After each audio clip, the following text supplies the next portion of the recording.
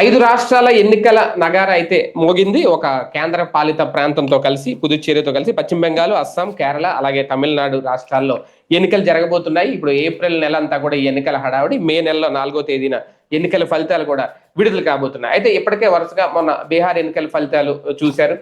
తర్వాత జరిగిన రాజకీయ పరిణామాలు ఇవన్నీ ఈ మధ్యలో సర్ అనేది ఏదైతే ఉందో దానికి సంబంధించి కూడా పశ్చిమ బెంగాల్ మమతా బెనర్జీ ఎగరవేసిన తిరుగుబాటు ఎజెండా ఇవన్నీ ఒక రకంగా ఎన్డీఏ పరిస్థితి ఏంటి ఇప్పుడు అనేది, అలాగే ఈ 5 రాష్ట్రాల ఎన్నికల ఫలితాలు తర్వాత జరగబోయే ఎన్నికల ఫలితాల మీద ఎలాంటి ప్రభావం చూపిస్తాయి. ఇంకొక అంశం కూడా, వాస్తవానికి ఒక 12 రాష్ట్రాల ఎన్నికలు కలిపి ఒకేసారి నిర్వహిస్తారు, జమిలీ ఎన్నికలు తీసుకొస్తారేమో 2028 అనుకున్నారు. ఇప్పుడు ఈ ఎన్నికల షెడ్యూల్ విడుదల అయిపోయింది కాబట్టి అలాంటిది ఏమీ లేదు అని కూడా క్లారిటీ వచ్చేసిందా, యథావిధిగా ఎన్నికలు జరగబోతున్నాయి. వీటన్నిటి మీద చర్చించే ప్రయత్నం చేద్దాం. సార్, ముందుగా ఈ 5 రాష్ట్రాల ఎన్నికలకు సంబంధించి అంటే యథావిధి షెడ్యూలే, ఇందులో పెద్దగా అనుకున్న మార్పులు ఏమీ లేవు. కాకపోతే ఇప్పటి వరకు ఆ స్పెషల్ ఇంటెన్సివ్ రివిజన్ ద్వారా జరిగిన చోటు చేసుకున్న కొన్ని పరిణామాలు కానీ, ఒక రకంగా ఇది ఎన్డీఏకి కలిసి వచ్చిన కాలమా, బీహార్ లో జరిగిన రాజకీయాలు ఇవన్నీ, ఈ ఎన్నికలు ఎలా ఉండే అవకాశం ఉంది? అంటే బేసిక్గా ఈ 5 రాష్ట్రాల్లో బీజేపీకి ప్రత్యక్షమైనటువంటి గెలుపు అవసరమైంది అస్సాం. ఎందుకంటే అస్సాం అనేది ఒకప్పుడు కాంగ్రెస్ కంచుకోట, ఆ తర్వాత అస్సాం గణపరిషత్ ఏజీపీ అనేటటువంటిది ఒక విద్యార్థి విభాగంగా ఎదిగి సీఎం అయినటువంటి సిచ్యుయేషన్ ఉంది. ఆ ఏజీపీ బలహీనపడ్డప్పుడు కాంగ్రెస్ ఏజీపీ కలిసి ప్రభుత్వాన్ని నడిపినాయి చాలా రోజులు. అక్కడ అసలు భారతీయ జనతా పార్టీ నామమాత్రం ఒకప్పుడు. అలాంటి భారతీయ జనతా పార్టీ నిదానంగా ఎదుగుతా వచ్చి ఏకంగా ప్రభుత్వాన్ని ఏర్పాటు చేసింది. అప్పట్లో పిసిసి చీఫ్ గా ఉన్నటువంటి హిమంత బిశ్వా శర్మని రాహుల్ గాంధీ అవమానించడంతో రాజీనామా చేసి వెళ్ళి బీజేపీలో చేరితే ఏకంగా ముఖ్యమంత్రి అభ్యర్థిగా ప్రకటించి ఆయన ముఖ్యమంత్రిని చేసింది. అక్కడ ఈశాన్య రాష్ట్రాలలో హిందుత్వ ప్రయోగానికి కీలకమైన స్థానం అస్సాం. మనకి బెంగాల్లో ఎట్లయితే హిందువులని చంపేస్తా, హిందువులని వేధిస్తా బంగ్లాదేశ్ నుంచి వచ్చిన ముస్లింలు ఉన్నారో, అలాంటి బ్యాచీనే అస్సాంకు కూడా. ఒరిజినల్ గా చెప్పాలంటే బెంగాల్లో 40% వచ్చేసి ఉన్నారు. అట్లాగా అస్సాంలో 20% వచ్చినప్పుడు హిమంత బిశ్వా శర్మ రంగంలోకి దిగాడు. ఈ 20% గురించి రాహుల్ గాంధీకి ఎక్స్ప్లెయిన్ చేస్తే రాహుల్ గాంధీ పట్టించుకోకపోగా తను కుక్కకి బిస్కెట్లు పెడతా అదే ప్లేట్లో 2 బిస్కెట్లు అతను ఎదురుగుండా పెట్టాడు తినమని. దాంతో అసహించుకున్నటువంటి అతని ప్రవర్తనతో విసుగు చెంది ఆ విషయాన్ని బహిరంగంగా ప్రకటించాడు. అతను ఇంత బలుపు ఈయనకి అని చెప్పేసి ప్రకటించి ఆ పైన రాజీనామా చేయడం, బీజేపీలో చేరడం జరిగింది. అప్పటి నుంచి అక్కడ హిందుత్వ ప్రయోగం చేస్తున్నాడు అతను. చేస్తా ఎవరైతే ఈ బంగ్లాదేశీ చొరబాటుదారులు ప్రభుత్వ భూములు ఆక్రమించుకున్నటువంటి కాలనీలు ధ్వంసం చేసి వాళ్ళని తిప్పి పంపించేశాడు. సరిహద్దుల దాకా తీసుకెళ్లి వదిలిపెట్టే ఏర్పాట్లు చేశాడు. రాష్ట్రంలోకి మళ్ళీ రాకుండా జాగ్రత్తలు తీసుకుంటున్నాడు.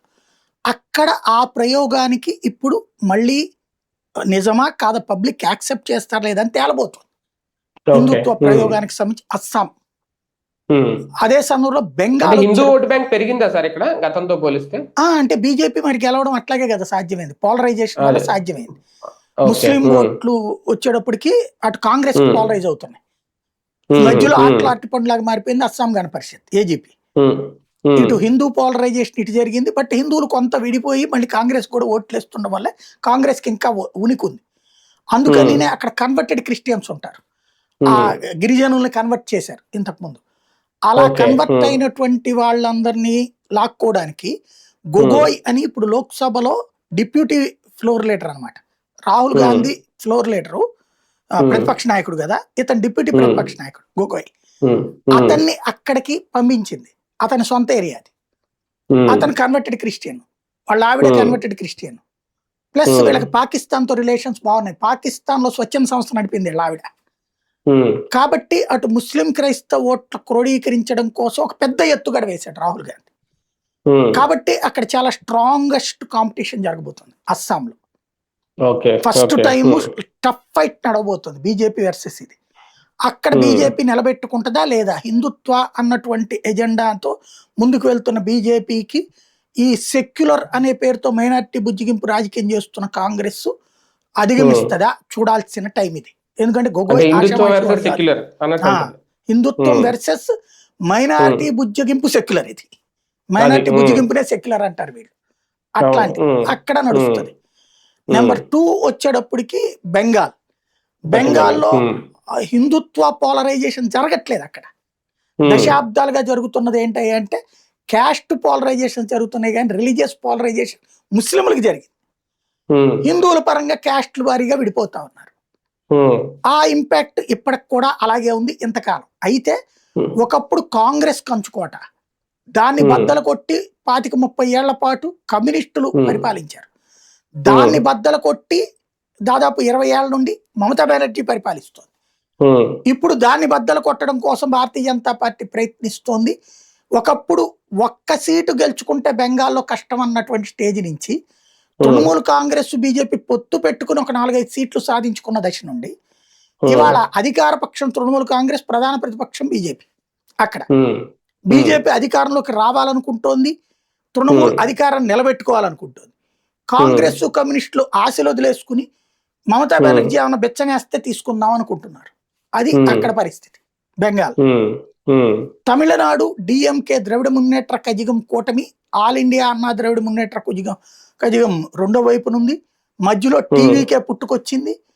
ఒకప్పుడు సినిమా యాక్టర్ డిఎండికే విజయకాంత్ వాళ్ళ పార్టీ వెళ్ళి స్టాలిన్ వాళ్ళతో కలిసింది. ఒకప్పుడు జయలలిత పెట్టిన శాశ్వత తాత్కాలిక ముఖ్యమంత్రి పన్నీర్ సెల్వం, అంటే జయలలిత జైలుకి వెళ్ళినప్పుడల్లా ఆయనే ముఖ్యమంత్రి, తాత్కాలిక ముఖ్యమంత్రి. అందుకని ఆయన శాశ్వత తాత్కాలిక ముఖ్యమంత్రి అంటారనమాట. అలాంటి పన్నీర్ సెల్వం వెళ్ళి డిఎంకేతో కలవటం, ఏఐఏడిఎంకేలోనేమో భారతీయ జనతా పార్టీ ఏఐఏడిఎంకే కలిసిన లీడు బీజేపీ చేస్తున్న ఏఐఏడిఎంకేలో ఒక అసంతృప్తి ఉంది. పళనిస్వామి పన్నీర్ సెల్వాన్ని తరిమేశాడు. ప్లస్ శశికళ ఒక పార్టీ పెట్టింది. అక్కడ కులాల కురుక్షేత్రం ఉంది. బీజేపీ వేస్తున్న ఎత్తుగడలు అక్కడ సక్సెస్ అవుతాయా లేదా అన్న డిఎంకేని సంతృప్తి పరచడం కోసం అన్నామలైని పక్కన పెట్టి ఏఐఏడిఎంకేలో మంత్రివర్గంలో మంత్రిగా ఉన్న బయటకు వచ్చి బీజేపీలో చేరిన నాగేంద్రని తీసుకొచ్చి అక్కడ రాష్ట్ర అధ్యక్షుడిగా పెట్టారు. తద్వారా కూటమిలో ప్రాబ్లం రాకుండా చూసుకున్నారు. కానీ ఇప్పుడు గెలుస్తారా లేదా అన్నటువంటిది అక్కడ టఫ్ ఫైట్ కాదు. ఓ రకంగా చెప్పాలంటే డామినేటెడ్ పొజిషన్ లో డిఎంకే, ఏఐఏడిఎంకే ఇంకా టఫ్ ఫైట్ ఇచ్చే పరిస్థితుల్లోనే ఉంది, కానీ విజయం అంశం ఇంకా కనబడలేదు. టీవీకే కూడా వచ్చిన నేపథ్యంలో తమిళనాడులో మొన్నటి వరకు బీజేపీకి ఎంతో కొంత అవకాశం ఉంటుందా, కనీసం ఒక పొజిషన్ ఏర్పాటు చేసుకుంటుందా తమిళనాడులో అనుకున్న టైంలో బీజేపీ ఇప్పుడు ఏమన్నా మళ్ళీ అక్కడ నామమాత్రంగానే ఉండే అవకాశం ఉందా? అంటే బీజేపీ నేతృత్వం సింగిల్ గా కాదు కదా, అది ఏఐడిఎంకేతో కలిసి చేస్తుంది. టీవీకే ఇంపాక్ట్ 2 రకాలుగా చూడొచ్చు. ఇప్పుడు మనకి చిరంజీవి వచ్చినటువంటి సందర్భంలో కాంగ్రెస్ మళ్ళీ గెలిచింది. పవన్ కళ్యాణ్ వచ్చిన సందర్భంలో తెలుగుదేశం ఓడింది, అధికారంలో ఉన్న తెలుగుదేశం 2019. ఈ రెండిట్లో ఏదవుద్దో అక్కడ తెలియదు. టీవీకే భావజాలం, డిఎంకే భావజాలం. కాబట్టి చీలాల్సింది అసలైతే డిఎంకే ఓట్లు. అదే అనేది నేను అనేది యాక్చువల్ గా భావజాలం పరంగా టీవీకే ఓటు అటు. ఇప్పుడు చంద్రబాబు నాయుడికి చిరంజీవిది ఒకటే భావజాలం కాబట్టి నాడు తెలుగుదేశం ఓట్లు చీల్చాడు చిరంజీవి, కాంగ్రెస్ కాపు ఓట్లను చీల్చాడు చిరంజీవి. తెలుగుదేశానికి ప్రభుత్వ వ్యతిరేక ఓటు టీడీపీకి వెళ్లకుండా లాగాడు, కాపు ఓట్లు కాంగ్రెస్కి వెళ్ళిన ఓట్లను లాగాడు ఆయన.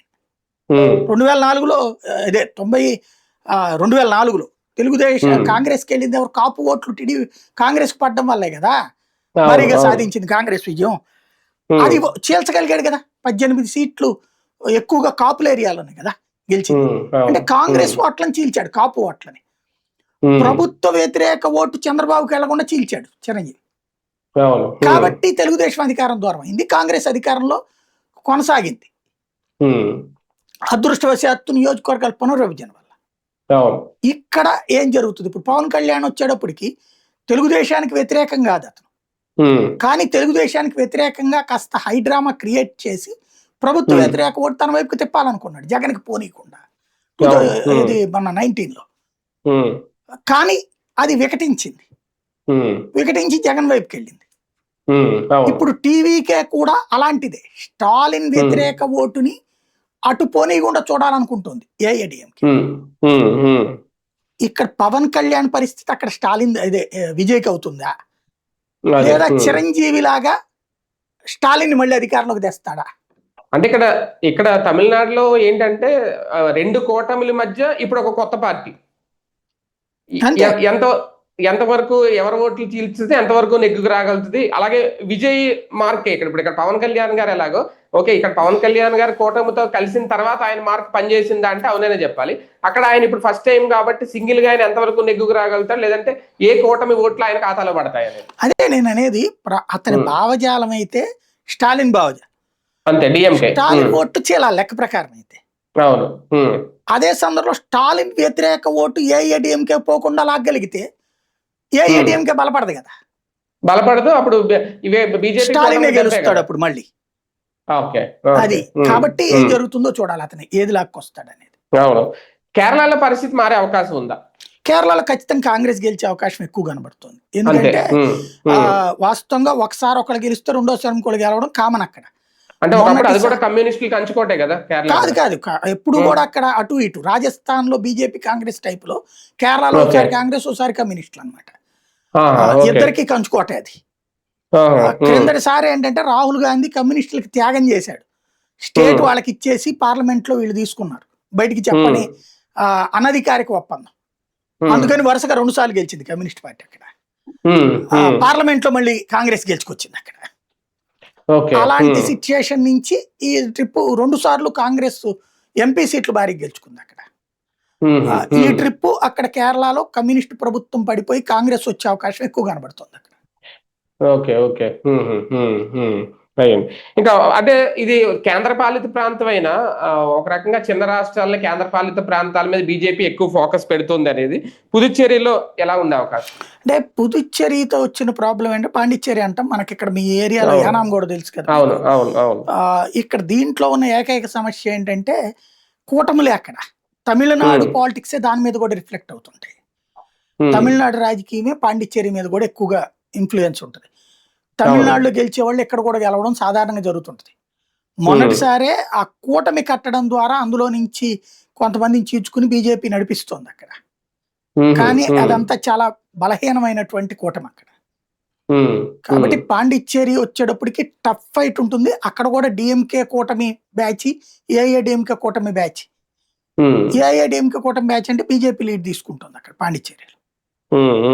అంత మించి ఏం లేదు. పాండిచ్చేరి పెద్ద కౌంట్ కాదు, ఓ రకంగా అది మన మున్సిపాలిటీకి ఎక్కువ, కార్పొరేషన్. అవును. అంటే పంజాబ్ లాంటి చిన్న రాష్ట్రాలని ఇప్పుడు బీజేపీ కైవసం చేసుకుంది కదా సార్. ఒకప్పుడు కాంగ్రెస్ ఖాతాలో ఉండేదాన్ని. ఇప్పుడు ఈసారి అంటే ఈ పాండిచ్చేరి కేంద్ర పాలిత ప్రాంతమైనా ఇక్కడ ఏమైనా ఎఫెక్ట్ ఉంటుందా? దాంతో పోల్చకూడదు. పంజాబ్ వచ్చేటికి ఇండివిజువల్ అసెంబ్లీ అది. ఇది కేంద్ర పాలిత ప్రాంతం కాబట్టి లెఫ్టినెంట్ గవర్నమెంట్ చేతుల్లోనే ఉంటది. ఇక్కడ మళ్ళీ గెలుచుకోవాలని ప్రయత్నిస్తుంది. ఇదేంటంటే కలగా పొలగపు స్టేట్, ఒకటి ఈ మూల ఉంటది, ఒకటి ఆ మూల ఉంటది. కాబట్టి అక్కడ లోకల్ ప్రాంతీయ పక్షాలే ఎక్కువ ప్రాధాన్యం, వ్యక్తుల ప్రాధాన్యం ఎక్కువ ఉంటది అక్కడ. వ్యక్తుల ఆధారంగా సీట్లు గెలుచుకుంటుంటారు. కాబట్టి దాన్ని అంత గ్యారంటీ చెప్పలేము. ప్రస్తుతానికైతే బీజేపీ నేతృత్వంలోని అనేకంటే కూడా బీజేపీ లీడ్ లో నడుస్తున్నారు అక్కడ, అంతే కూటమి.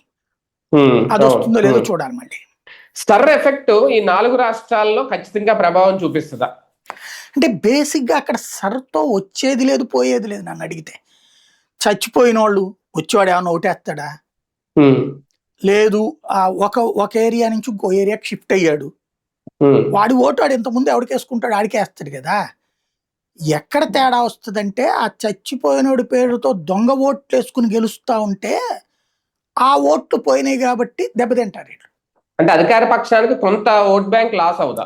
అదే నేను అనేది. అది అధికార పక్షమే కాదు, ప్రతిపక్షమైనా వాడుకోవచ్చు.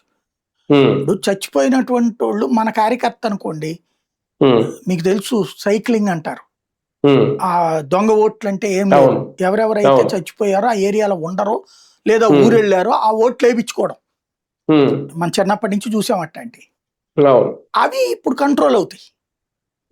ఆ ఓట్లు తగ్గడం వల్ల పెద్ద ప్రభావం ఉంటుందని నేను అనుకోను. కాస్త బెంగాల్లో కొంత ఇంపాక్ట్ ఉంటది దాని ఇంపాక్ట్. ఎందుకంటే బెంగాల్లో బంగ్లాదేశీయుల్ని తరిమేశారు కాబట్టి భయపడ్డారు వాళ్ళు ఈ టైంలో.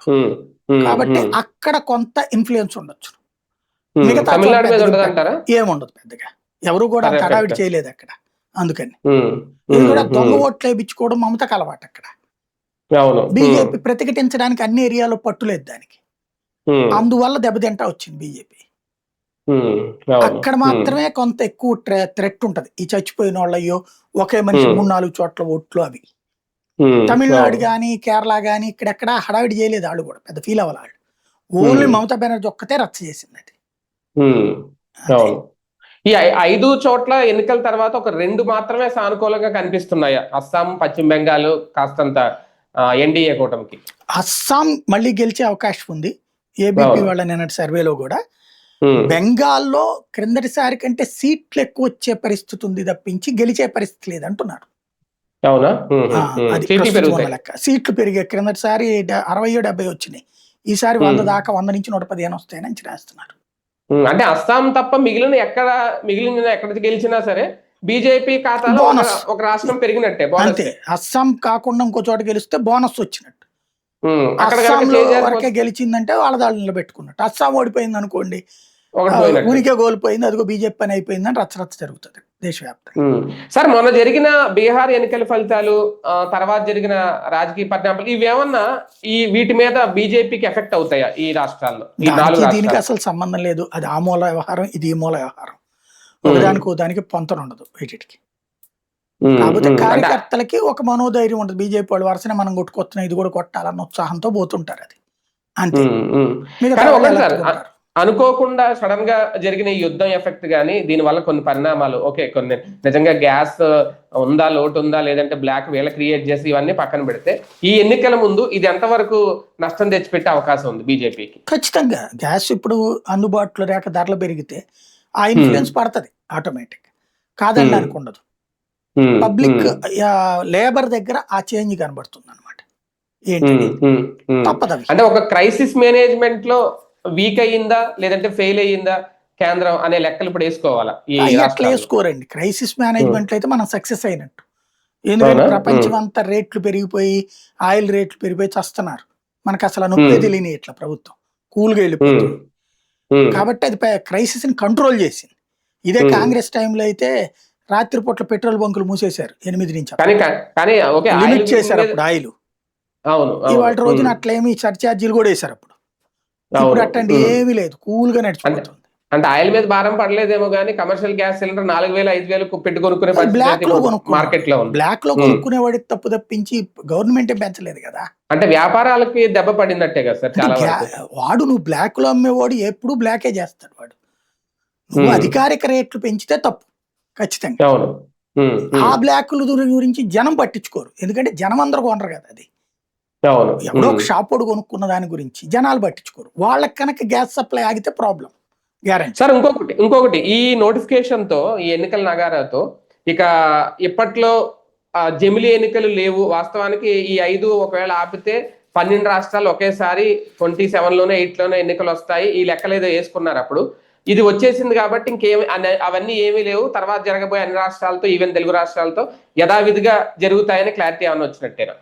వాళ్ళు బొంద మెయిన్ అర్థం పర్థం లేని అనాలిసిస్లు చేస్తున్నారు వాళ్ళు. నేను మొదటి నుంచి చెప్తున్నా, నియోజకవర్గాల పునర్విభజన జరగాల, జనాభా లెక్కలు జరగాలి. ఈ 2 లేకుండా జమిలి పెట్టుకుని ఏం చేసుకుంటది కేంద్రం? అంటే నెక్స్ట్ ఇయర్ అయిపోతాయి కదా, 27లో జరుగుతాయి కదా 27లో అయితే 28 అవుతుంది అంత అయ్యేటప్పటికి. ఇప్పుడు ఈ ఏడాది నియోజకవర్గాల కొన్ని పునర్విభజన. రాష్ట్రాలు జరుగుతుంది. ఆ ఉమ్, ఇంకా జనగణన వచ్చే ఏడాది దాకా ఉంది, అది 27 దాకా. ఉమ్, ఉమ్. 27 అక్టోబర్ సెప్టెంబర్ దాకా జనగణన ఉంటుంది. ఆ జనగణన తర్వాత కులగణన. ఉమ్. నియోజకవర్గాల పునర్విభజన, అదే జనం కులం అన్ని కలిపితే అన్ని. 27 అవును, సెప్టెంబర్ అక్టోబర్ అవును, దాకా అవుతుంది. ఆ అవును. తర్వాత నియోజకవర్గాల పునర్విభజన 28 ఎండింగ్ దాకా పోతుంది. ఉమ్, 2 పద్ధతులు. 28 డిసెంబరు ఆ టైంకి జరగాలి. ఉమ్, ఎట్లాగా? మన కర్ణాటక, మధ్యప్రదేశ్, రాజస్థాన్, ఛత్తీస్గఢ్, తెలంగాణ, ఈ రాష్ట్రాల ఎన్నికలు 5 రాష్ట్రాలు అవుతాయి అప్పుడు. అంటే ఉమ్, వాస్తవంగా మధ్యప్రదేశ్, రాజస్థాన్, ఛత్తీస్గఢ్ ఒకసారి, కర్ణాటక ఉమ్, ఒకసారి జరుగుతాయి. ఇదే మన ఉమ్, తెలంగాణ. ఉమ్, కర్ణాటక విడిగా జరుగుతుంది. ఉమ్, ఇవన్నీ కలిపి ఒకేసారి తీసుకురావచ్చు. అప్పుడు ఉమ్, రన్నింగ్ లో ఉన్న ప్రభుత్వాన్ని ఎక్స్పాండ్ చేయడం, ఉమ్, అంటే రాష్ట్రపతి పాలన పెట్టి వాళ్ళనే కంటిన్యూ చేయడం, రాజ్యాంగ ఉమ్, సవరణ చేయాలి దానికోసం. ఉమ్. లేదా రాష్ట్రపతి పాలన పెట్టేటైతే ఏ రాజ్యాంగ సవరణ అక్కర్లేదు. అవును. వాటిటన్నిటి తెలంగాణతో పెట్టి ఉమ్, కేంద్ర ప్రభుత్వం ప్రీపోన్ ఎలక్షన్స్కి రావడం. మనకి ఉమ్, జూన్లో సాధారణంగా ఎలక్షన్ జరుగుతాయి. మనతో పాటు 5 రాష్ట్రాలు జరుగుతాయి. ఆంధ్రాతో పాటు ఉమ్, కేంద్రానికి 5 రాష్ట్రాలు. ఆ 5 రాష్ట్రాలు వెనక్కి తీసుకురావడం. అవును, అదే, అవును. అప్పటికి 10 అవుతాయి. ఆ తర్వాత అది అయిపోగానే ఢిల్లీ ఎలక్షన్, మహారాష్ట్ర ఎలక్షన్స్ ఉంటాయి. మనం చూసాం కదా. అవి ముందుకు తేవటం. అప్పుడు వాళ్ళని అదే. రాష్ట్రపతి పాలన పెట్టడం. ఇంత తతంగం అక్కర్లేదు. ఇక్కడ బేసిక్ గా ఏంటయ్యా అంటే చట్టం చేస్తే, జమిలి చట్టం, దాని ప్రకారం కట్ ఆఫ్ డేట్ పెడితే దానికి 2/3 మెజారిటీ బీజేపీ దగ్గర ఉంది, కూటమికి ఉంది, ఎన్డీఏకి. అట్లాగే సగం రాష్ట్రాలే యాక్సెప్ట్ చేయాలి. బీజేపీ పాలిత రాష్ట్రాలే సగం పైనే ఉన్నాయి కదా, ఇంకా ప్రాబ్లం ఏముంది? అప్పుడు రన్నింగ్ లో ఉన్న రాష్ట్రాలు కూడా వెనక్కి వస్తాయి. ఇప్పుడు ఎన్నికలు జరిగినాయి కూడా ముందుకెళ్తాయి. కాబట్టి ప్రాబ్లం ఏమి ఉండదు. కానీ దానికి చాలా లిటిగేషన్ ఉంటది, సుప్రీంకోర్టులో సవాళ్లు ఉంటాయి, చాలా తతంగం ఉంటది. కాబట్టి మొన్న రేవంత్ రెడ్డి చెప్పిన దాన్ని బట్టి, ఎందుకంటే ప్రతిపక్షంలో ఉన్నోడు చెప్పాడు, ప్లస్ లక్ష్మణ్ చెప్పిన దాన్ని బట్టి జమిలి ఎలక్షన్ 2029 జూన్ లో ఉండొచ్చు. అవునా? ఓకే. అది అంటే ఈ లోపల చట్టం చేయాలి, కట్ ఆఫ్ డేట్ మన ఎలక్షన్స్ తో పాటు దేశంలోని అన్ని రాష్ట్రాల ఎన్నికలు జరగచ్చు. అంటే ఆ మధ్యన ఒక అనాలిసిస్ అయితే 2035లో ఉండొచ్చు అని కూడా అన్నారు, ఈ లోపల అవదేమో అని. ఏదేమని ఇప్పుడైతే ఇంకా యథావిధిగా అయితే జరిగిపోతే, ఇంకా జమిలి అయితే ఇప్పట్లో లేదంటే 2029 తర్వాత క్లారిటీ వస్తుంది. రైట్ చూద్దాం. మొత్తానికి 5 రాష్ట్రాల ఎన్నికల నగారా అయితే మోగింది. ఏప్రిల్లో 2 రాష్ట్రాలకి, మొత్తం 4 రాష్ట్రాలకి, ఒక కేంద్రపాలిత ప్రాంతానికి ఎన్నికలు అయితే జరగబోతున్నాయి. ఏప్రిల్ 9, అలాగే 23, ఏప్రిల్ 29 మొత్తం ఎన్నికలు జరగబోతున్నాయి. మే 4వ తేదీన ఫలితాలు రాబోతున్నాయి. ఈ ఫలితాల తర్వాత రాష్ట్రంలో మొత్తం దేశవ్యాప్తంగా ఎలాంటి మార్పులు వస్తాయి, ఏంటి, బీజేపీ ఎంతవరకు నెగ్గుకు రాగలుగుతుంది, కేంద్రానికి ఎన్ని మార్కులు వేస్తారు జనం, ఇవన్నీ వేచి చూడాల్సిన అవసరం.